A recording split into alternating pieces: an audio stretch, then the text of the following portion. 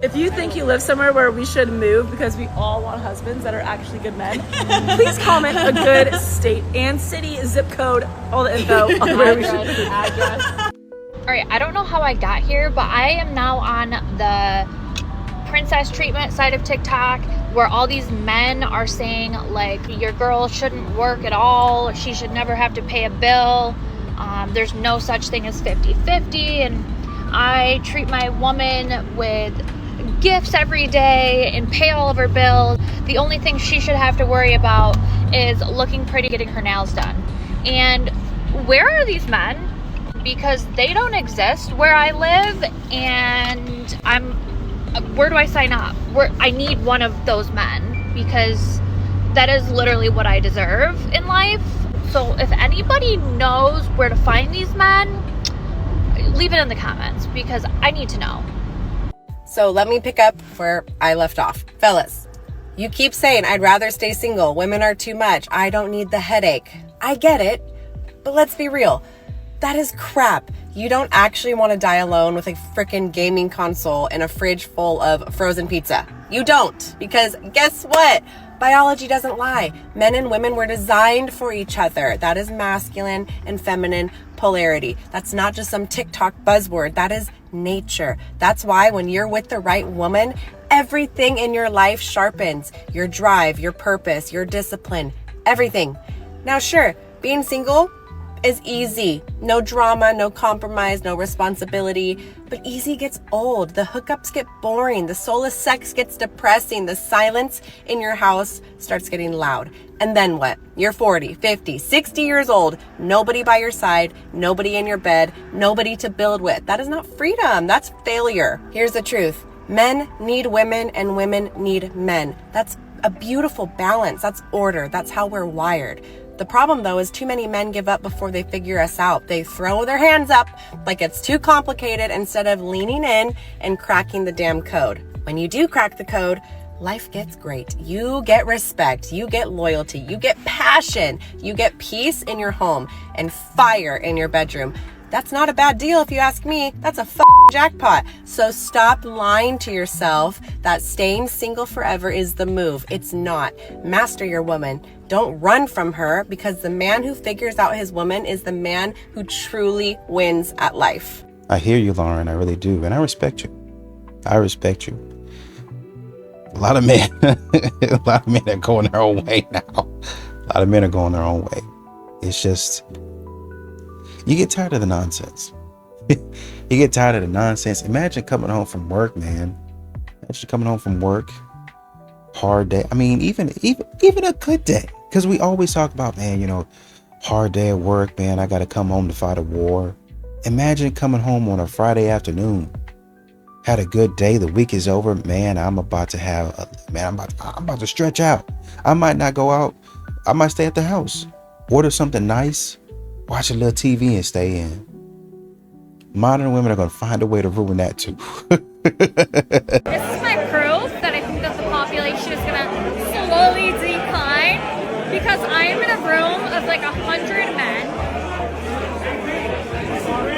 and not one of them has approached. I just think men this day and age don't want to date. I saw a guy do this, and I think it's appropriate that I would do the same. So where are all the single guys that are respectful and educated and want to take care of a woman and are not, mama's boys and have a good sense of humor and are not playboys? Where are they?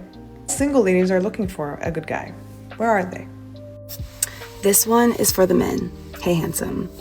I just need to remind you of something, because most men forget this. You are wanted, not just needed. And I know a lot of people look to you to be the provider, to fix things, and to be the strong, dependable person. But I want you to remember that a real woman will see your value more than just for that. And a real woman understands that a man does not just want to feel useful. He wants to be desired. He wants to be chosen, and that is okay. But I want you to know your value. You deserve those things, not just to feel needed, but to feel wanted. I want you to remember that you are wanted, appreciated. You are enough. If you haven't heard that, you're hearing it today. Some of us women have not set our pride to the side, and it needs to be checked. You're loved. Ladies, you have to realize a lot of good men aren't single because they're bad men. They're single because they chose to walk away from chaos rather than stay. A good man doesn't need to be controlled, but what he needs to be is to be appreciated. Nothing feels more good than when a man feels appreciated. But if you think about it, you constantly have to test somebody's love. What does it tell you about yourself? You probably don't trust that person. And that's not something that you want to stay in the long run. It's not good for you mentally and spiritually. But do understand, at the end of the day, he is not intimidated by a strong woman. But he will walk away from disrespect.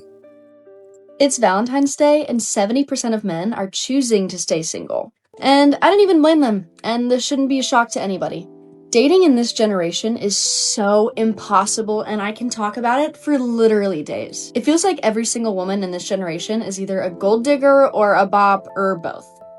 And so yeah, a lot of men are saying, we choose to be single, we're not gonna deal with this anymore, and I get it. I wouldn't either. That sounds awful. I just saw someone say something today about how I would rather be single than settle. And yeah, me too. I get it. That's... me too. But it's crazy because you'll see women come online and be like, men are so sad and they're so single and they're so alone, but not me. I'm having a good time, just the men are having a bad time.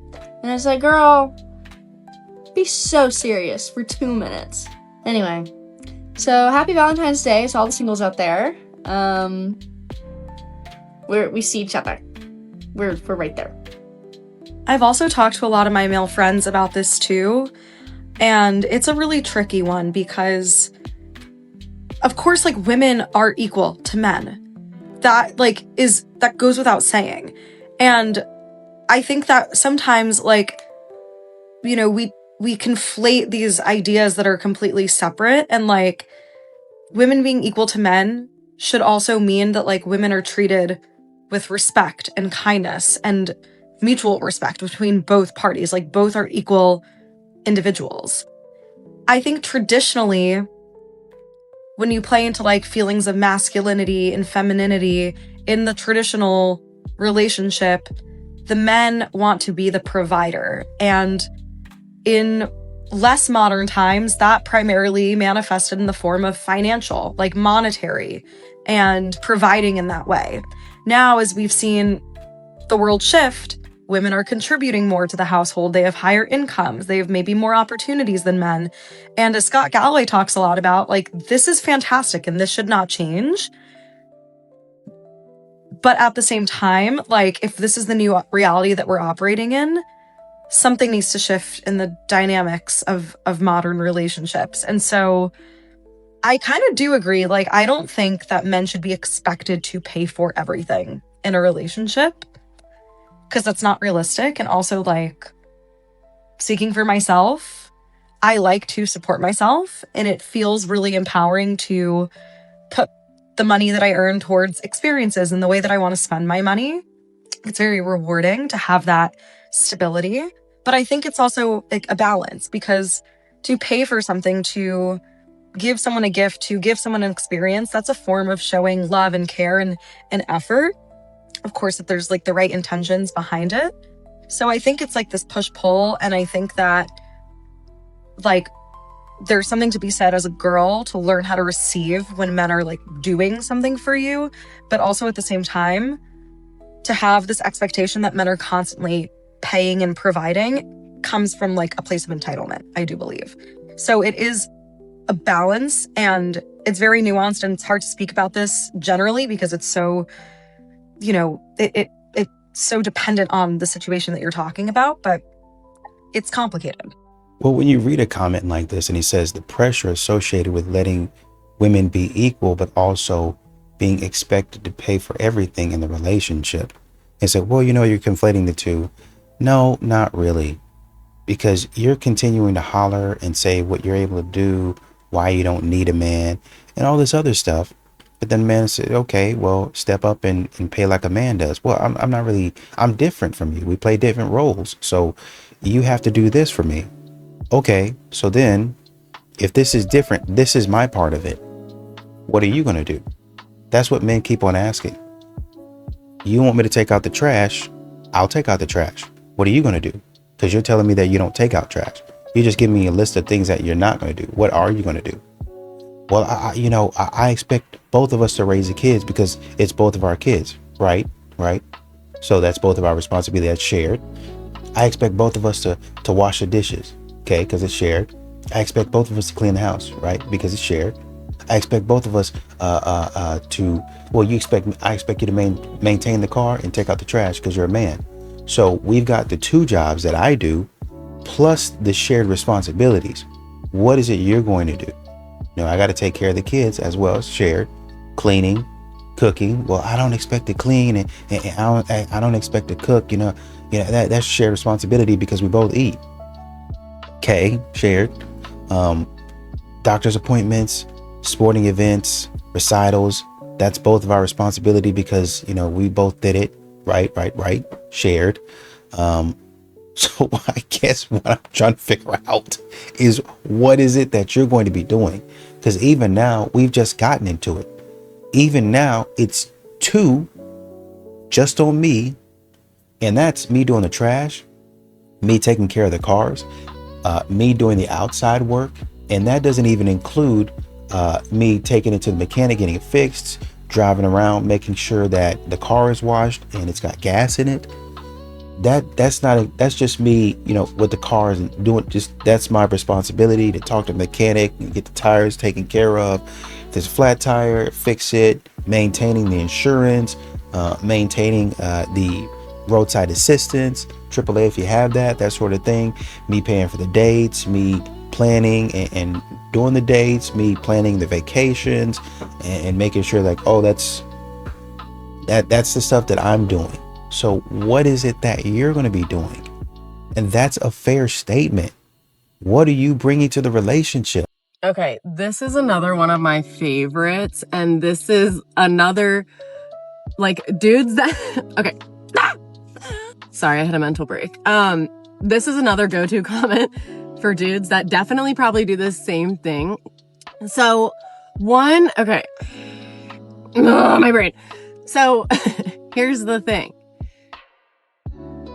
There's nothing wrong with a man approaching a woman. I personally don't want men to come and talk to me. I'm married. I have a man. Just don't talk to me. Especially if I'm minding my own fucking business. We're also working.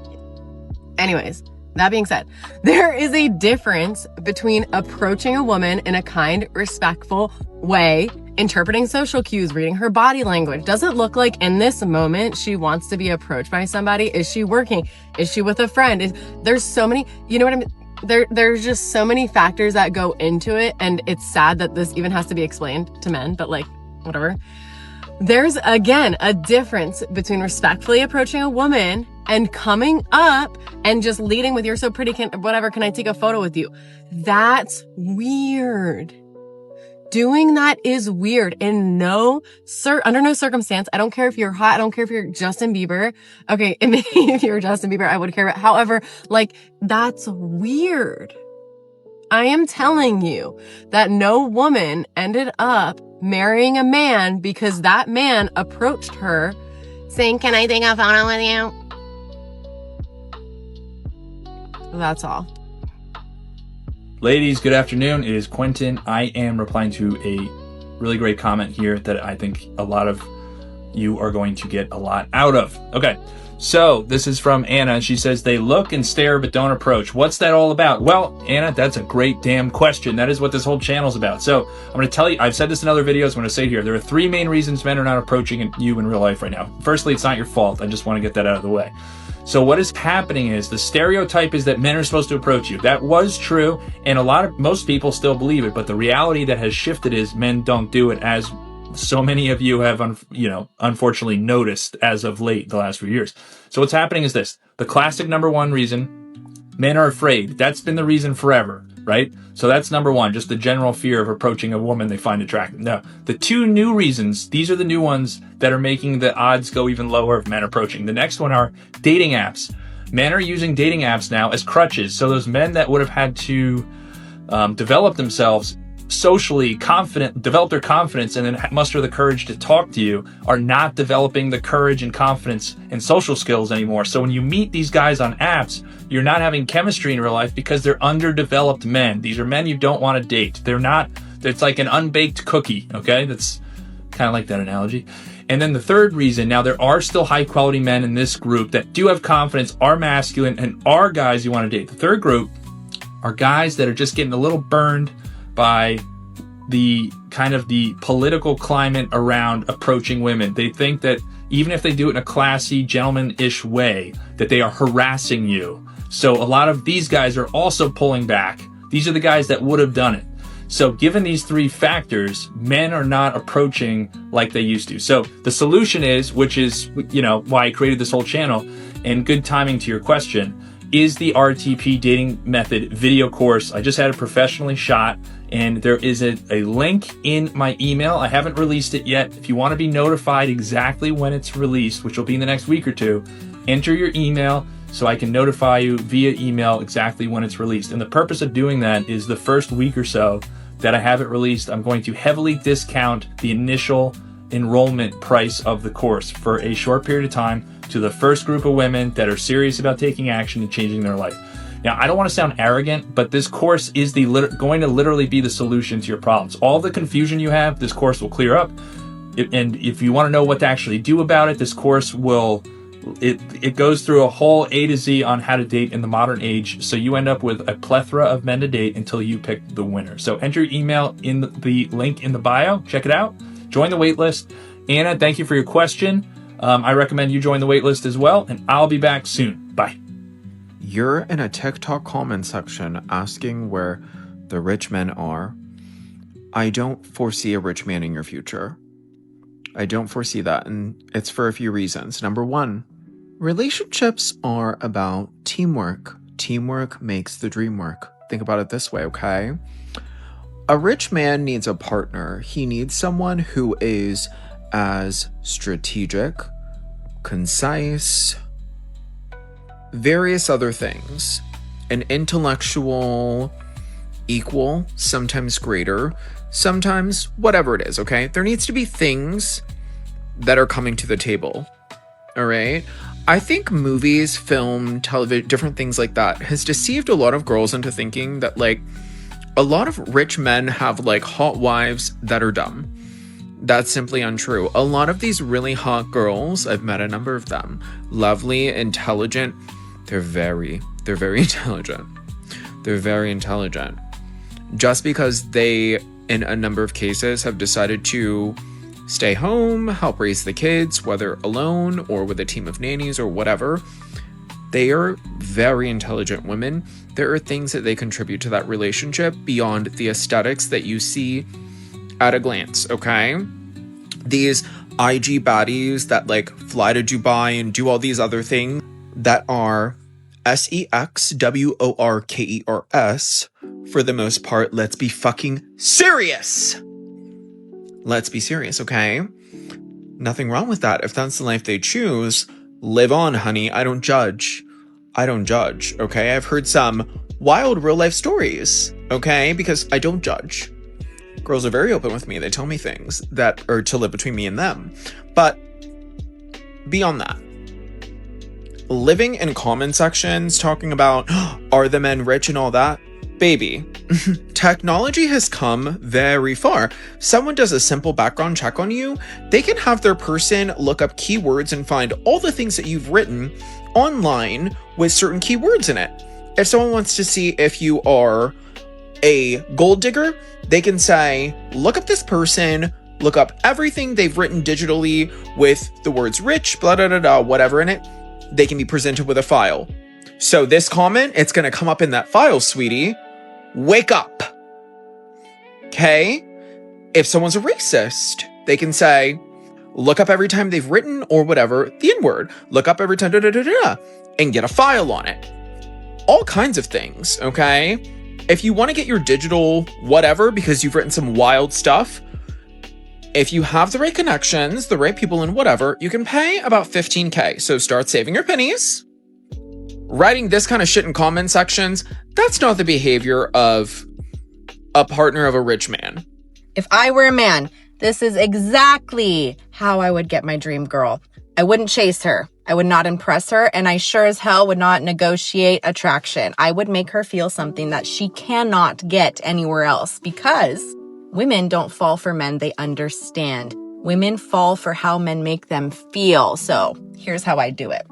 Number 1, build the polarity. Women do not want equality in attraction. They want charge. Masculine meets feminine, direction meets surrender, certainty meets emotion. A man who holds that frame will always beat a man who offers comfort. Number 2, I would stop living for women and start living for myself. Hypergamy doesn't care about your feelings. A woman wants a man already moving with purpose before she ever enters the picture. Women chase momentum, they chase ambition, and they chase the man who doesn't need them. Number 3, I would become the man other men respect. Women don't just choose who they like, they choose the man other women want and other men admire. Female desire is social. If the tribe sees you as a high value, she will too. Number 4, I would master emotional control. Not being cold or distant, just unshakable and centered. Women test men to feel safe. If she can break your frame, she loses attraction. If nothing rattles you, she melts. Number 5, I would flirt with her mind before her body. Women fall mentally first. I'd use anticipation, tension, speak slow, touch intentionally, make her feel chosen without acting needy. A man who understands her psychology always wins. Number 6, I would create mystery, not secrecy. Secrecy hides information. Mystery reveals only what builds desire. Women crave the man that they cannot fully predict. Number 7, I'd vet her, not audition for her. Most men lose power because they try to prove themselves. Flip it. Is she feminine? Is she loyal? Does she bring peace? Does she add value to my life? Women fall hardest for the man who chooses carefully. Number 8, I would never pedestalize her. She's not the prize. Your mission, your value, your direction, that is the prize. When you pedestalize her, you lose the polarity. When you pedestalize yourself, she follows your lead. And finally, I'd become unforgettable, not by trying to impress her, but by being the man she can't replace. Disciplined, confident, grounded. Women never forget the man who makes them feel safe and desired. A lot of these ladies be trying to jump onto your wagon is what they be trying to do. And so they want you to already be going in whatever direction you're going in, because they're going to jump on, and like that's less pressure for them. They're just going to jump on and, you know, kind of figure out things to do. That's why a lot of these modern women are talking about, oh man, well, I want a man to be making at least 100,000 or 6 figures because I'm already making that. Right. I don't want to feel like I'm having to pull the train. I want you to pull the train because you're stronger than me. I just want to jump on the train, right, and spend my resources. You got to trust that I'm going to spend my resources for the good of the family. But I got to know that you're going to spend your resources as a man for the good of the family. That's what a lot of these women are doing, right? I got to know that you're going to go ahead and take care of all of this. That's why you got to pay the mortgage. That lets me know we at least got a roof over our heads. That's why you got to pay the bills. That at least lets me know that everything is taken care of. Now, the stuff that kind of really don't matter, like the extra stuff, vacations and stuff, we can kind of play around with that. I can put money back, and then I'll store, you know, some stuff for the side for me, get my hair, my nails done, and, you know, kind of look good for you. But, you know, the rest of the stuff I'll spend on shopping because I feel like my job is already done. I feel like, you know, the date nights and stuff, if I pay for that, which I think most men would love if you do that. If I pay for the date nights, if I pay for the vacations, if I'm putting into the 401k, I think I've done my job. Which at that point, if you do, then you have. A lot of modern women don't. And so, man, back at the question, I'm not messing around with these women because they're not a dream. Here are 3 reasons why this type of guy seems to always be single. Let's get into it. They are too busy pursuing their dreams. They are pursuing purpose. They are unwilling to settle, and they like their peace too much and are afraid to just let anybody compromise it. My husband and my son snuck out while I was sleeping and moved out. I obviously have been talking about what I'm going through on here a little bit. Honestly, I haven't even really began to dive into what has happened, but this morning I woke up. A little bit after I woke up, I realized my son's car wasn't here. And a little backstory, my husband has been living in the house. He's been living in the basement. We have a completely finished basement that's kind of like an in-law suite. So he's been living down there. I don't bother him down there. I probably see him maybe 10 minutes a whole day. Imagine being married as a husband, whether you're going through a divorce or not, and having to live in the basement. Thing I kind of asked was if he's coming and going to let me know when he's leaving so that I know who's in and out of the house, which I feel like is kind of reasonable. Like, I don't know where he goes half the time. Anyway, I noticed my son's car wasn't here and neither was his, but his usually isn't here in the morning. My son's car is always here. I looked in the comments. I'm reacting to this in real time, but I did look in the comments and I seen the first comment. Somebody asked, how old is her son? She said 19, allegedly. Almost never leaves the house unless he has class and he's still on break. So I texted my husband and was like, hey, where's our son? I assume my husband was at pickleball and would text me when he was done. Why wouldn't she ask the son, where is he? That my phone started ringing almost immediately and it was him. And he then informed me that he and my son, while I was sleeping this morning, snuck and moved out. How do you sleep so hard to where you can't hear the son and the husband moving out? And didn't tell me. Now, do I expect my husband to tell me that he's moving out? Well, I kind of expect him to tell me. If he wants to move out, he can move out. But I literally said something to him earlier this week where I was like, I feel like there's something going on that you're not telling me. And he's like, no, nothing. Why couldn't you just tell me? Why? Smart man. Smart man. Never let your left hand know what your right is doing. If you are already in a toxic situation, then you don't have to give somebody preparation for what you got going on so that they can try to stop you from doing whatever it is that you're doing. And again, I'm assuming, because I'm reacting to this in real time, that they were getting a divorce or they were in separation and they was going their own separate ways. And so he doesn't have to give you heads up. The only thing he has to do is do what he got to do. The question is, why is it so toxic, and how was the son even working with? Because usually children tend to take care of their mothers. How did it become so toxic to where the son even want to get away from you? Ain't nothing out here. Ain't nothing out here. I'm telling you, fellas, ain't nothing out here. If you have a woman in your life, I'm talking about ride or die. If you have a ride or die woman in your life right now, the way the world is set up right now, this economy, like just the chaos and the climate we in right now, if you have a ride or die chick in your life right now, just cherish that woman. Because I'm going to tell you, ain't nothing out here, bro. Ain't nothing out here. Ain't nothing out here but pretty much refurbished baby mamas. Refurbished buns. If you a man right now and you single, 35, 37 and up, 40 and up, 45 and up, 50 and up, shout out to the Silver Foxes. If you a good, wholesome dude and you single right now, I really feel for you. I want to apologize and say, look, I'm sorry, man. I'm sorry. It's nothing out here. It's nothing left. Like, I don't think you understand how lucky you are right now if you at home right now with a woman who actually loves you for you. Not because of how many followers you got. Not because of the clout, money, notoriety, none of this shit. None of this superficial shit. The woman that's really like, she loved you for you and she known you from day one before you had anything, Before you had any success, any career, any type of momentum, she was fucking with you for you. It didn't matter what type of car you was driving.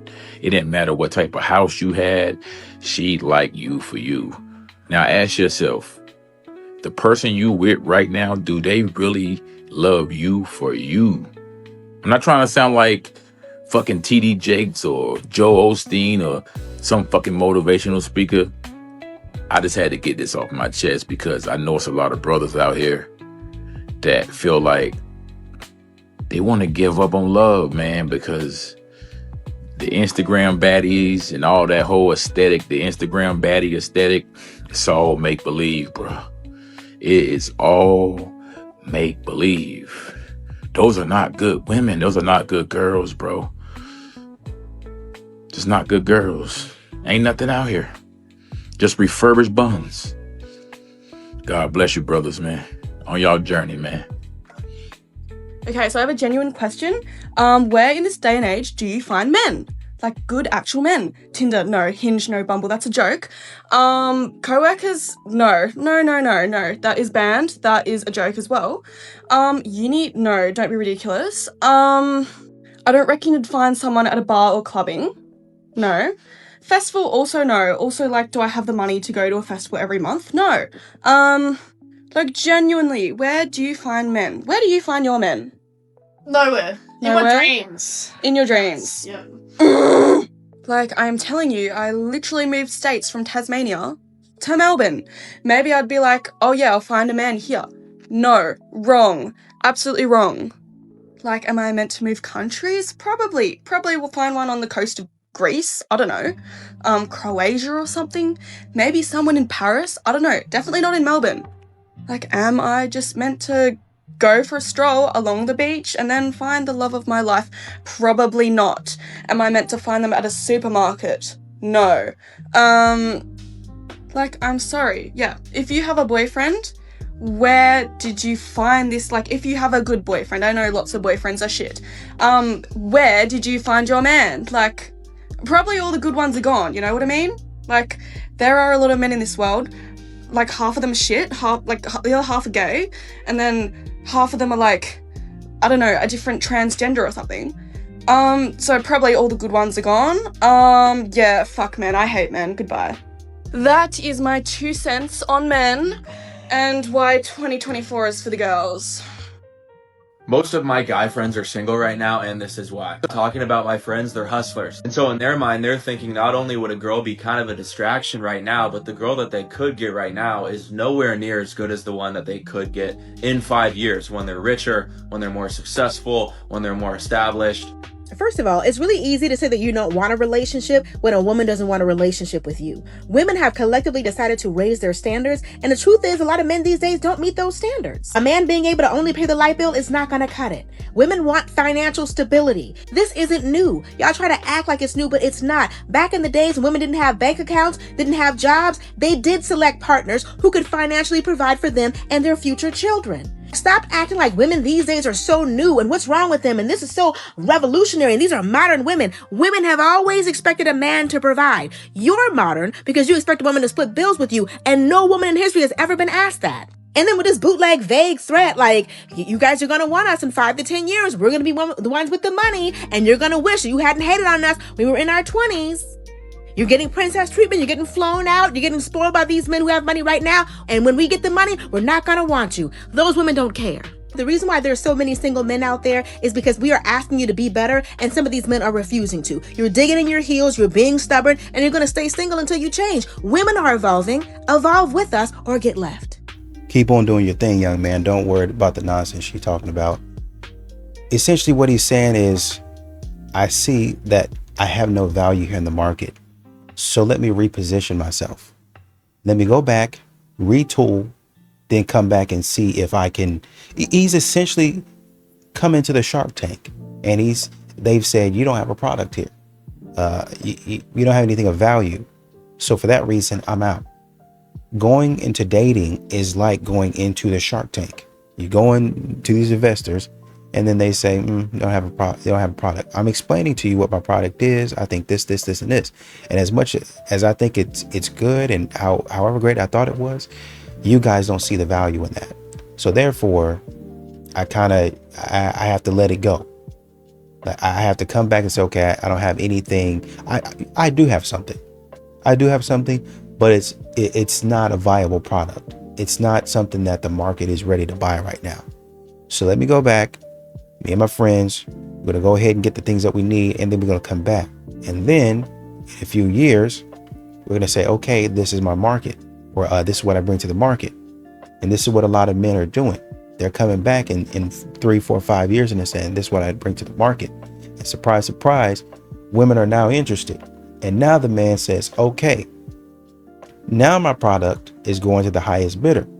That's what you have with like a high value man. That's essentially what he's doing. I went, got what you wanted, and now I'm dictating the rules. Now I dictate the price. Oh, well, it shouldn't be no $5 for a product that cost you 30 cents to make. Again, I went, tested,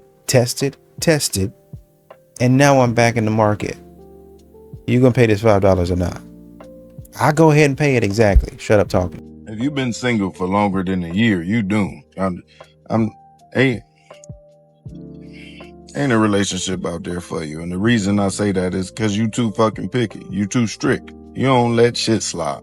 You don't, the moment you don't like something, it's over with. The moment you think somebody might even try to think they might want to have you fucked up, you done. It's just not really a lot of stuff that you deal with now. Your patience is low. You know your worth. It's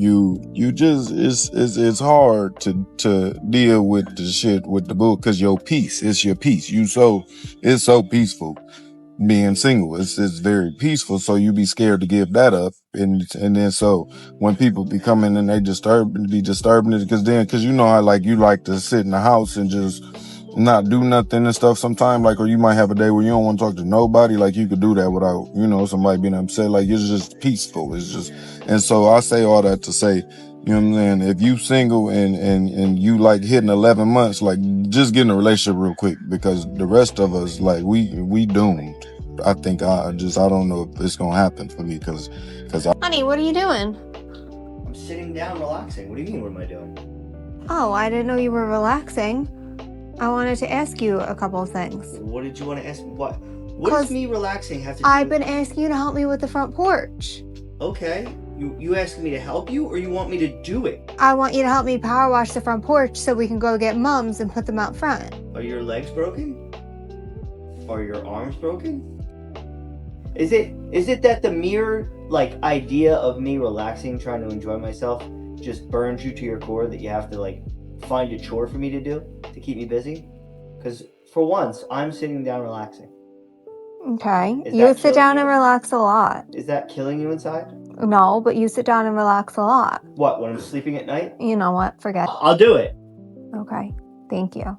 I'll meet you out there, okay? What are you doing? I'll meet you out there once you're done power washing. I can't do that. That's a guy's job. Oh, so you get to sit down and relax? I don't know how to use the power washer. I'm gonna meet you out there. What? You see, ladies, this video is exactly why most of us men in our 30s and 40s are just choosing to stay single and have some fun every now and then. Look, we've been through this at least once, if not twice. We're not doing that shit anymore. So if you don't show up being peaceful and calm and easy, we're out. We're not dealing with that bullshit. Go find yourself some 22-year-old dude that doesn't fucking know any better. Because not us, ladies. Hey, so I'm 31 years old, right? I got no house, no wife, no kids. You feel me? And it's kind of like a good part of my thought process sometimes throughout the day is the fact that, I don't have a kid, a wife, or a house. You know what I'm saying? And sometimes it's a good thing and sometimes it's a bad thing. You feel me? Like some days I be wishing that I had a wife, so I had my person. You feel me? Some days I be wishing that I had kids. But then I listen to my homies talk to their kids on the phone sometimes, and then I be like, I ain't ready for that, right? Some days I wish I had a house. Other days I don't be tripping about a house. Put me in a little penthouse or condo or something, I'm cool. I'm good off the houses, right? But I'm saying all this to say that growing up, And then once I reached a certain age, I figured by 31, I would have my kids, have my house, and have my wife and all of that stuff because of, you know, situations I've been in before. And it just didn't turn out that way. You feel me? It didn't turn out that way. And I guess you fight a thing of like where you should be and where you actually are, or like where you want to be and where you actually are, and things like that. And it kind of like mind fuck you sometimes to make you think that you should be somewhere else than where you actually are, instead of just putting your feet on the ground and going day by day with where you at and what you got. And then you kind of like look at your peers and stuff. Like, I got a lot of homies that's either married and got kids and stuff like that, or just homies that got kids, or homies that got everything together, house, kids, wife, and all that good stuff. And it's kind of like, damn, you feel me? Like, I want the same thing, right? But I'm just not there yet. I'm in my own journey, they in their own journey. So I guess the message I'm giving y'all today is just like, put your feet on the ground, where you at, focus on where you at. Don't necessarily compare where you at to somewhere else. And you know what I'm saying? Just keep going. If it's meant for it to happen for you, it's going to happen. Men, a lot of y'all going to end up single and alone at the end of your life too. I know y'all out here saying that it's hard for women to get married. It's hard for some of y'all to get married too. Because the women that God has for you, you overlooking them. You keep shooting your shot at women that don't even want you because you ain't got everything you supposed to have together. I'm going to say it because y'all don't really understand. Y'all try to say women going to end up lonely. A lot of you men are going to die single and alone because you will not let God work on your heart. You won't level up. The type of women you want, you don't even have the emotional intelligence to deal with them, the relational intelligence. You don't have the integrity. You don't have the leadership, and you shooting for that woman. But y'all won't talk about the ones that you shot for and they let you down and they told you no thank you. Y'all not ready to talk about the women that told you no thank you because you wasn't on her level. It's a woman that you shot for, sir. And when she denied you and shot you down, now you mad at all the other women and trying to dog them and give them self-esteem issues. Oh, I see y'all out there on the internet streets dogging women. That's why y'all don't never get married. Y'all gonna be single forever. Sir, so are you.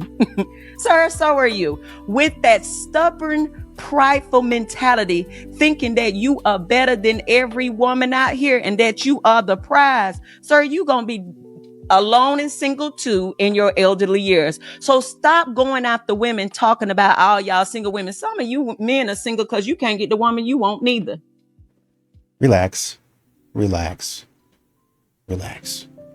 Men do talk about this. As a matter of fact, it's been talked about for too long. As a matter of fact, we talk about it all the time.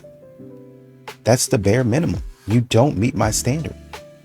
That's what the conversation, that's a lot of what sparked the conversation and the debate. You don't meet my standard. My standard isn't Cheesecake Factory. I'm rising to the occasion. My standard is a steakhouse. That's gonna be what it is. Period. End of story. If I can buy myself this and you trying to get with me, you need to be able to maintain this. And men started saying what you're asking for isn't necessary. Now, I'm not saying that you need to go way down. Like if you make 100K and you want to marry somebody relatively within your range, it don't need to go up. It could go down. The man could be making 70, 80. Honestly, that's within your range. Even if you're talking about 80, that's within your range. You don't need to say, okay, I'm making 100. I have to have a guy that's making 200. The 80, the 70, 80, 90 is in your range. You're not better than them. That's the point that men are making. I'm just gonna be for real. A lot of people gonna be alone for the rest of their life simply because the person that they probably could be in love with, the person that's probably a perfect match for them, just simply does not make enough money for them. The person is not financially stable. You know, we spend so much time looking for somebody to be financially stable, but we don't spend enough time looking to see if they're emotionally stable, if they're spiritually stable, if they're mentally stable. All most of us care about if this brother got a good title, if this brother got a good job, if this sister making enough money, is this brother educated? Nobody's looking at if this brother's spiritually stable. Do he love God? Is he mentally stable? Is he gonna kill me the moment he find out that I might not do something that he like? Is he emotionally stable? Is he mad every time something doesn't go his way? One of the main things that we look at, and that includes men, that includes women, the first thing that we look at is if somebody is financially stable. We just immediately exclude the fact, do we love this person?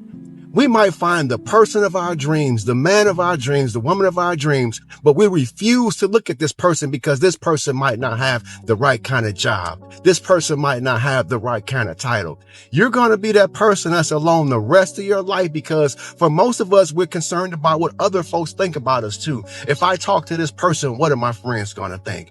What are they going to think? I have a master's degree and he has a GED. Even though this brother goes to work every day, I want nothing to do with him because he doesn't make the kind of money that I would like for my husband to make.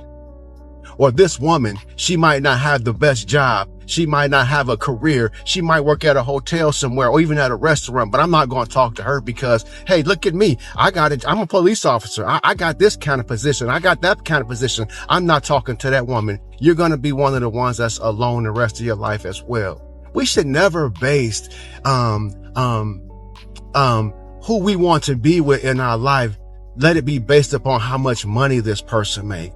Because they may not make that much money. You might make more money than that brother. You might make more money than that sister. Put your money together. That's the way it's supposed to be anyway. Put your money together and have a beautiful relationship.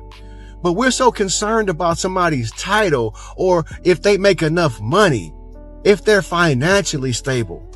But we don't look at, again, I'm going to say it again. We don't look at the fact if they're mentally stable, if they're emotionally stable, if they're physically stable. We just care if they're financially stable. It takes deep thought. It takes deep concentration. It takes deep concentration to say, okay, this is where I'm at. This is where I'm going to go. This is what I'm going to do. This is how I want to live. And then you take that and you explain that to the person that you're going to be on a date with, right? And at that point, you say, all right, are we on the same page? Over here on, let's say 67%, and the 30-40% we need to talk about. So that's where the topic of conversation comes from. That's what you'll be talking about on a date.